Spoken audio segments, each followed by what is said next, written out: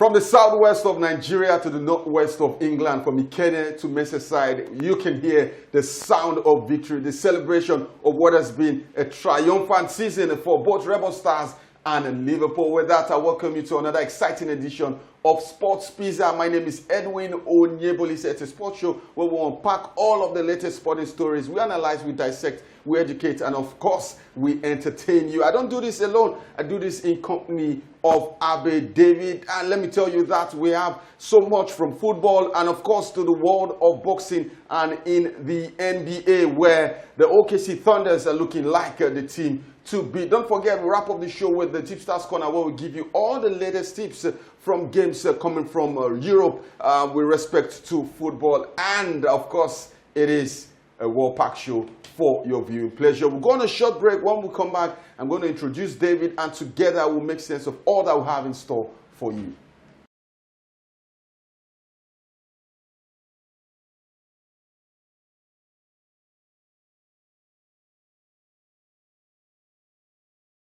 Welcome back. It is Sports Pizza. Edwin alongside David. David, welcome to the show. How are you doing? Yeah, Edwin, always a pleasure to be here. I mean, I'm in a pensive mood at this point in time. You know, Liverpool, I have nothing but goodwill for them. Of all the title challenges, the last two that we have led, I think this is the one that I feel more at ease, because it's Liverpool. Over the years, we don't have any bad blood in Liverpool, so I can only wish them very well. But finally, they have a title they can actually celebrate with their fans. Fantastic one for them. All right, David, yes, let's start with Liverpool. Liverpool fans, congratulations to you. It's been a fantastic season. David, three things stood out for me. Arne Slot coming in with practically no signing. Yeah. Kiesa, yes, you would point at him. But hey, he's barely featured this season. That's one. Secondly, Mohamed Salah having arguably the best individual season in the Premier League. And the unsung hero, in my opinion, Ryan Gravenberch, from being an outcast to being a pivotal member of this team. Those are the three standout moments for me from Liverpool's season. And I'm sure you have a couple of things to say. Yeah, absolutely. I think I told the line of the Gravenberch, to put it into context, this is somebody who is an attacking midfielder, central midfielder. Yeah. But Slot came in and discovered that they were very light in defensive midfield. They tried all summer to get Zubimendi, and he was playing hanky-panky with them. And they eventually, what I like that they did, they buckled down and Gravenberch, you have 6'3" in his presence, you are good on the ball. So let me just find, he's a Dutch footballer. Dutch footballers are usually very tactically flexible. And he found a place for him in that time. And suddenly it became the linchpin. What he did, fine, you can talk about how he has tailed up the second half of the season, but the first half of it was imperious, probably one of the best midfielders in the league. He was central to everything they did. And I think I credit Slot for that. In his first season, to take a decision as major as that, I think is one of the foundations for this title that they've won. To add more gloss to this triumph, David, Mo Salah and Virgil van Dijk extended their contracts. Yeah, absolutely. I think they would have wanted Trent also to have set it as quickly as well. But I mean, they will take 2 out of 3, because those two, if you look at what those two offer to this team at the level where they especially this season. This season. I think they'd be very. I'd make go to say Van Dijk and Salah had any period of extended injury, Liverpool's title challenge would have collapsed at a point. We've seen Trent go out for a long part injured, and in Conor Bradley, they have somebody who they can feel can take up the mantle. But for Salah and for Van Dijk, I don't think they have ready replacements in that squad. Talking about collapse, David, this was supposed to be either a City 5th title on the bounce or Arsenal. Is it disappointment? Is it a case of what could have been if Saka was fit, if Kai Havertz was fit, if Gabriel Jesus was fit? It's a mixture of emotions going through the minds of Arsenal fans. How do you feel seeing Liverpool, a team that finished 3rd last season, who were never in the conversation for the league, go on to have a storming season, and presently with 4 or 3 games left are 15 points ahead of Arsenal? Yeah, I think it's more, there's a mixture of disappointment and also what could have been. I mean, right from the get-go, from the summer heading into this new season, I think Arsenal made a few decisions that backfired at this point in time. The way that squad was constituted, they needed to bring in players in the right positions. They spent all summer chasing Ricardo Calafiori, who has not contributed much to this season. Also for Merino, when they needed obvious attacking options. And you saw how the attackers started getting injured, like they started falling like flies. Saka, most importantly, then Havertz, Martinelli, all of them followed. And January, where they needed to make a statement. I mean, you see Aston Villa's Champions League chase has been revived by signing 3 crucial attacking players. Arsenal could have made a statement, but I think the statement they made was a non-statement, not going for any transfers in January. I mean, they completely gave up the title race at that point in time. So I think it's what could have been and also disappointment. But moving forward, is Liverpool the team to beat in the Premier League? I'm talking about next season. I don't think so. I think this second half of the season, we've seen probably Liverpool being found that the Gravenberch experiment seems to have been found. I think McAllister this second half of the season has carried a lot of the weight, in midfield, both defensively and attacking. So I think unless they sign a defensive midfielder, which is something they really need, I think they cannot continue to experiment next season. And tactically also, Slot was an anomaly. A lot of people had not understood it. I think a lot of people are beginning to understand. The Premier League always has a way of showing you up in your second season. So I think he will have a lot of more work to do. He will now have a target on his back. And Arsenal, you just feel that if Arsenal do what they need to do, because you look at them and you feel there's more that they can do. If they do what they need to, I think they will give a proper challenge next season. All right, from England, we head straight to Spain. It was the Clasico. There was drama, pre-match, in-game, and post-match. David, can you sum up the emotions in Seville on Saturday, where Barcelona lifted the Copa del Rey? Was their third consecutive victory against Real Madrid? I think Real Madrid, for the first time in a long time, actually looked shaky. I've never seen Real Madrid going into a fixture actually being scared, actually throwing tantrums. So a lot of that was, the major discussions heading into that final. Then on the field, I think they gave as good as they could have, especially considering the fact they had lost the first two fixtures that they faced, one in the league and then in the Super Cup final by 9-2. So it felt like they were really in a difficult place. They needed to respond. And they came in with a semblance of, something different, tried to stifle Barcelona, even though Barcelona took control of the game and then relinquished it at some point. But they gave a fight. But eventually Barcelona's quality and, the weaknesses that Madrid have shown all season, they are ugly at the game. It was supposed to be a treble for Real Madrid. Right now, they just hinge their hopes on the league.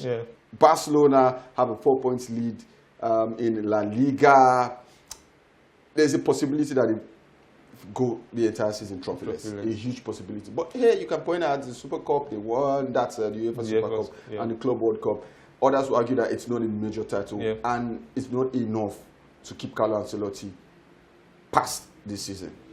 I think a lot of blame has been placed on Carlo Ancelotti. I mean, he has a lot of blame to take, but he has taken the bulk of it, which is not very fair. I think Florentino Perez also has a lot of blame. He set this man up for failure. We saw the last two seasons Ancelotti had to do a magical job with a squad that was thinning because of injuries, and then you headed into this season and you did not do any major recruitment. But especially the whole Mbappe drama overtook the whole transfer window. They brought in Mbappe and then they did not do much else around the squad. So I think when the injuries now began to happen, especially in defense, we've seen Rudiger have to drag himself almost one leg throughout the entire season.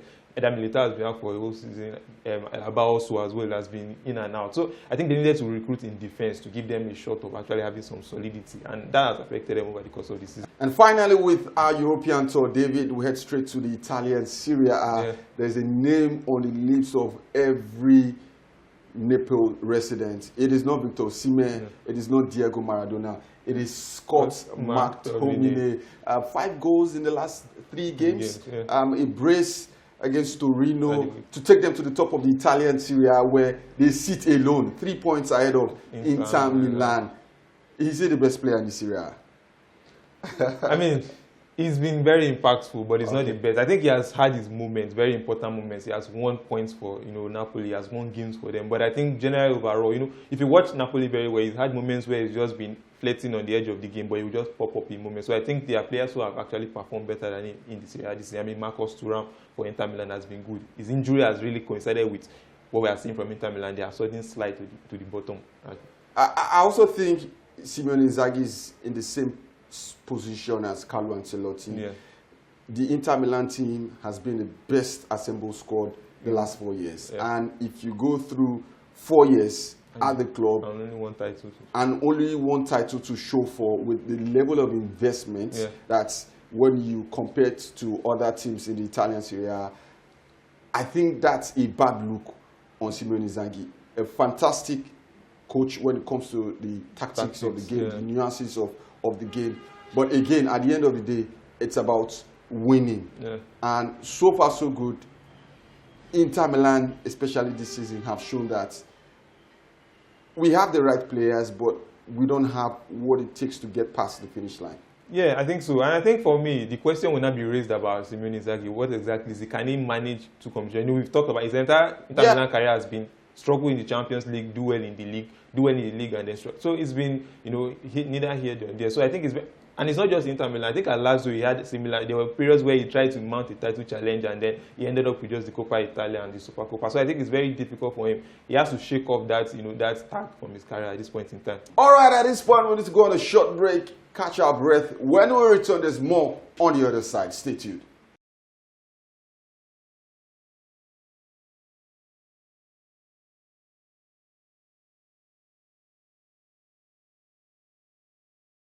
Welcome back. 25 years ago, we had Julius Berger, the last private club to lift the Premier League title. That's the Nigerian Premier League title. 25 years later, Remo Stars have matched the Julius Berger's fate. And what's more impressive, David, is that Remo Stars are just 10 years in existence. Yeah, absolutely. I think for me, you know, you want to juxtapose with what Julius Berger did.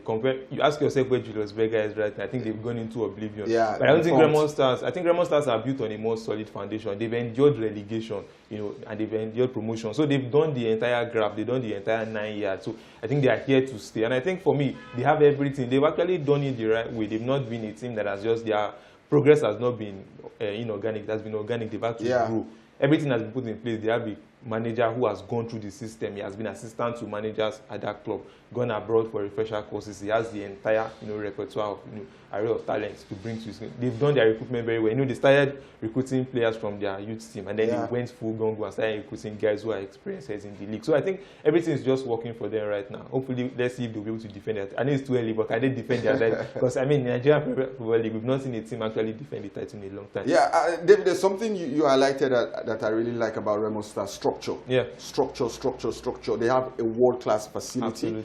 You go to the Remo Stars Stadium in Ikene, and it's magnificent. Now, in terms of size, it's not the biggest, but in terms of the quality of infrastructure, the state-of-the-art facilities you have there, it's quite impressive, and you can see their growth. Like you said, it's organic. They have the youth team that plays in the lower leagues. Then they have other age grade teams that plays in different competitions. You also have their women's team. You also have, I think, a branch of the club where it's all about selling and recruiting young talented players. It's a properly run club. Now, imagine this replicated across board. That is the goal. That should be the aim. Yeah, absolutely. I think you need to just look at the fact that since 25 years ago, when Julius Berger actually achieved their feat, you can count on your fingers the number of privately owned clubs that have actually stepped into the league. And most of them have not lasted. We've seen Ifan Yuba, we've seen Doma United. All of them have all fizzled out. Remo Stars, we've had to wait for a long time for somebody to do it right. But I hope their presence in the league now will actually be a shining light for the rest of the clubs to know that this is the way to go. You know, if you do it the right way, you follow the right systems, you eventually get the right results. Yeah, and it was also a perfect way to win the league title, winning it on the birthday occasion of the founder of the club, Honorable Kunle Shoname. So once again, a big congratulations to Remo Stars, champions of the 2024-2025 Nigerian Premier League season, which automatically sees them qualify for the CAF Champions League. And talking about the CAF Champions League, David, we have the finalist for the 2024-2025 season. It is Mamelodi Sundowns versus Pyramids. Pyramids also have a similar storyline with Remo Stars, but again, it tells you how far we are behind these teams from South Africa and North Africa, and also tells you that you need to invest a lot in football to get to that height. Yeah, absolutely. I think for me, you know, what we saw in the semi-finals was, you know, teams that have actually put in the work. We saw two South African teams and two Egyptian teams in the semi-final. Mamelodi Sundowns versus, you know, Al Ahly in the semi-final one, and then in the second semi-final, Orlando Pirates versus Pyramids. I mean, Pyramids, you talked about them a bit. They also have a similar progression. They are not up to 10 years old as a football club, but they've actually progressed in the Egyptian football league. And I think for me, Nigeria has a long way to go. I don't know if we can actually, we see these things, but we don't actually take the lessons. We don't take the examples from these things. You know, the fact that we're talking about stadiums, when we talked about Remo Stars, it's not just a stadium that they have a facility. They have everything working for them. And I think for the rest of Nigerian clubs, Remo Stars should not be the only example. I don't know when we'll get there, but the fact that in 2025 we're talking about government clubs, we have a league of 20 teams where only 2 are privately owned, the rest are government owned. We need to first attack that issue and then move on from there. All right, moving on, David, let's run straight to the world of boxing where we have a potential unification bout. The heavyweight division on the 19th of July, all things being equal. It is Daniel Dubois versus Alexandra Usyk. Dubois has the IBF title, while Usyk has the WBA, WBO, and WBC belt. It promises to be a fascinating one for boxing aficionados. The last time both boxers met, it wasn't without controversy. Dubois felt he won the fight, landed a decisive blow, but Usyk felt he was a better fighter on the day. What are you looking forward to? I think for me, Usyk is somebody who has defied all the odds, stepped in from cruiserweight to heavyweight, and remained at his cruiserweight fighting weight, which is really fundamental. And he has still been able to take on some of the biggest heavyweights. We saw him in the 2 fights against Joshua, saw him against Wilder, saw him against Tyson Fury as well. He has handled all. Would Dubois be the biggest test for him? I'm not sure. I think that age factor, I'm looking at it, but I think Usyk is somebody who's experienced. There's a reason why they call him the cat. His reflexes are on point, and I think it's going to be a fantastic fight. Yes, so undisputed heavyweight champion, and also former undisputed at cruiserweight. A quick one from the NBA.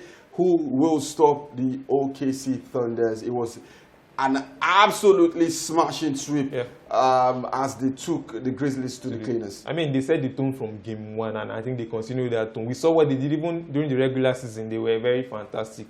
Shai is really leading a team. Last season, there were talks about them being, Nigerian fans call them the NYSC boys because of their relative youth. But I think this year, these NYSC boys have graduated, and I think they have more in store. They are on course to win the West at this point in time. It's going to be a fantastic one for them. But how far they will go, will they go all the way? I'm not very sure. But I think there are a lot of teams lining up. I think there's the Celtics on the East. There's the Cavaliers also on the East. They have that. But I think they have the West properly sewn up at this point in time. All right, we need to go on another break. This time it is our video for the week. Do enjoy it. When we return, it is the Tipsters Corner.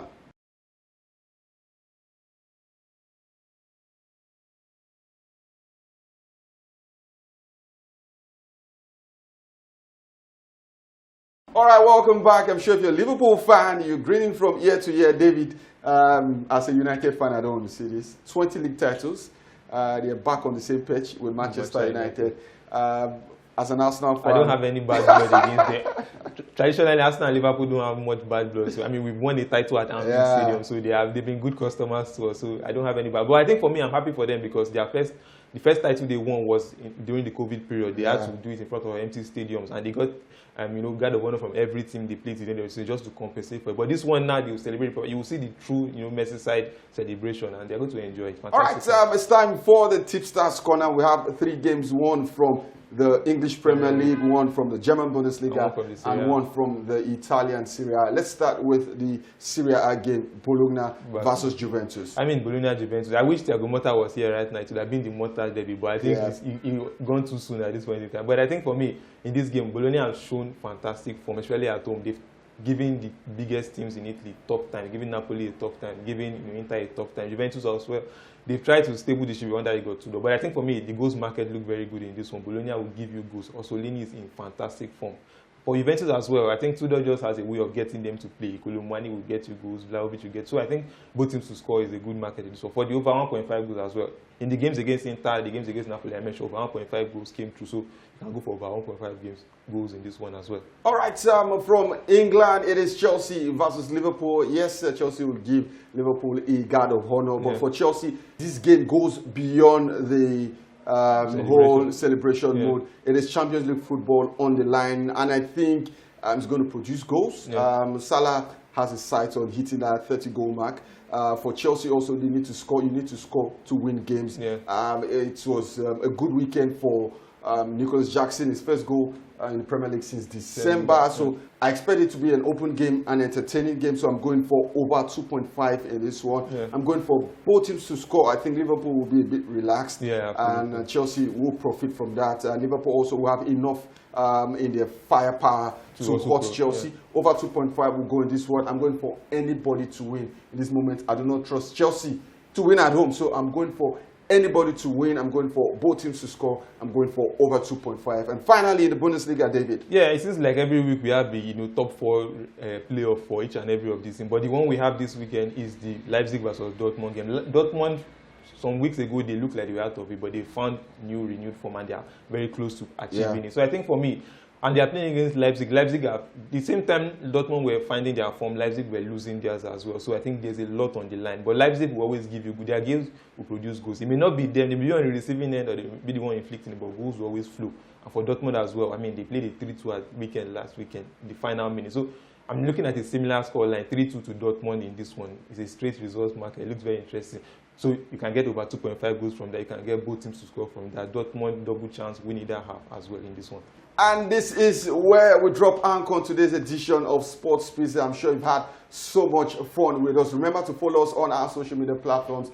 The handles are showing on your screen. And, of course, our YouTube page. Like, subscribe, and enjoy the videos we have for you. David, always a pleasure doing this with you. Once again, thanks for being around. Yeah, I've had fun doing this with you. Always a pleasure to be here. From David is goodbye. And from me, Edwin Onyeboli says, see you same time next week.